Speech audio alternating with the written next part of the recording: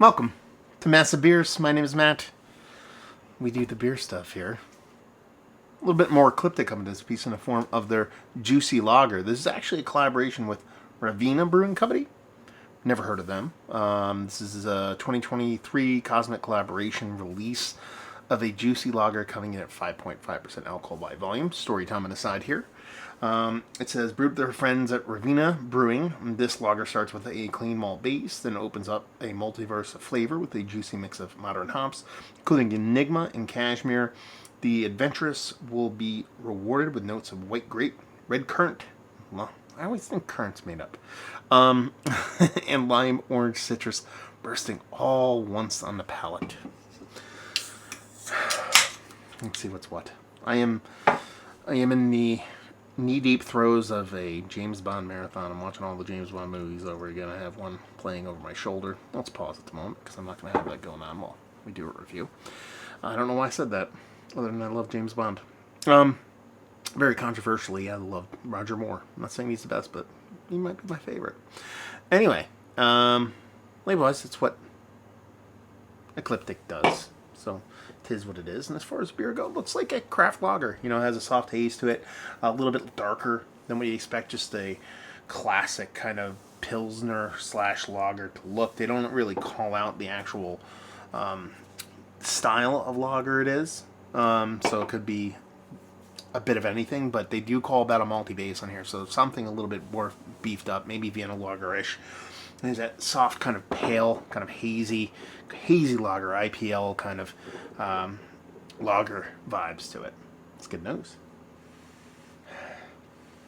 Yeah, definitely all the parts of a nice kind of juicy kind of nose to it.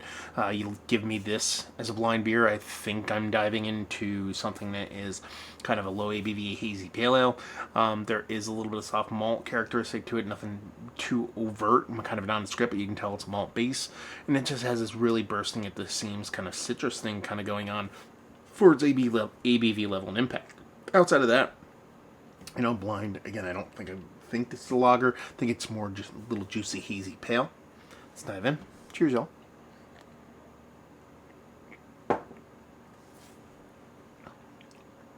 I drink 4,000 of these. It is really, really fruit forward. It is a really juicy beer.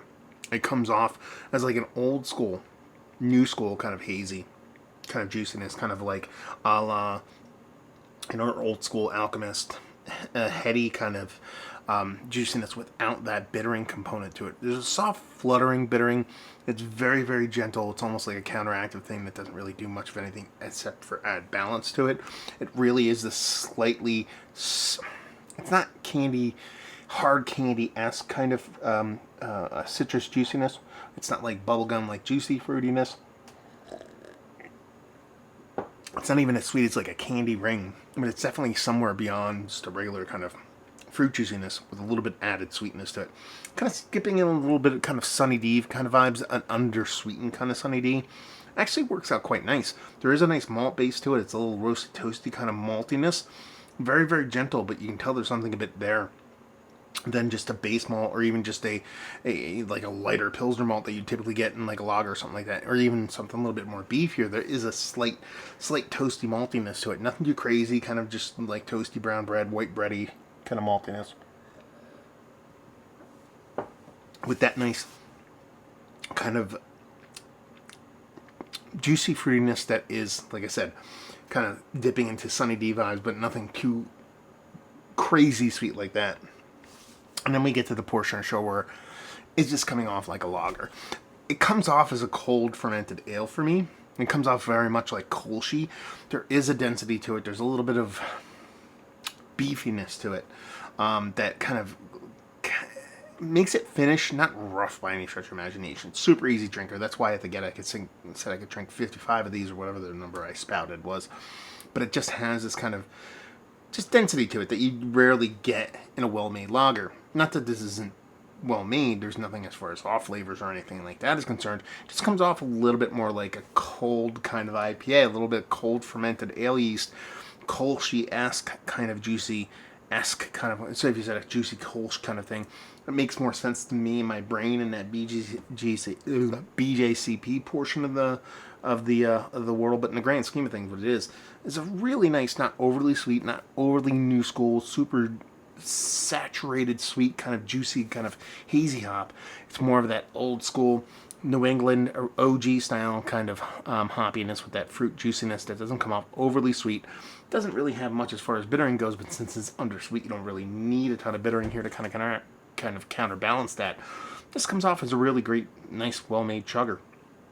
This is when you call it a lager and you get very, very generic and nondescript. I kind of look for very much kind of lager kind of vibes to it. It just kind of misses that here. Very nitpicky, and it is a very, very tasty beer. But in this grand scheme of things, it's more just like OG low ABV kind of juicy, little hazy, pale, but in the old school ilk. When I mean old school, like aughts and early 10s, not like old school. There you go, done and done. I think it's very tasty. I'm gonna drink the crap out of this. Let's talk about it. Is it one of the better juicy lagers, IPA lagers, hoppy lagers? It's tasty. It's in the conversation. Just kind of disconnects because for me it just doesn't come off much as a lager. And I'm actually drinking this quite cold. Got a new beer fridge that sucker. The old beer fridge was really kind of topping out right around 50 degrees. It's a little bit too warm. I usually like my beer fridge to be, I don't know if it's getting long in the tooth or whatever. I usually like a little bit lower than that. So I got a new beer fridge. And that keeps everything at perfect, like 45 degrees. So I'm drinking a little cold, and I typically drink stuff. So even then, it should lend itself to a little bit more kind of crispy lager vibes, but tasty beer nonetheless. Valued availability, don't know. Ecliptic send these off, but anybody out there who's had this, how much did you pay for? And that brings us to the bigger discussion. Ecliptic, have you had their beers? Have you had beers from Ravenna Brewing? That'd be nice to know. And have you had this particular beer?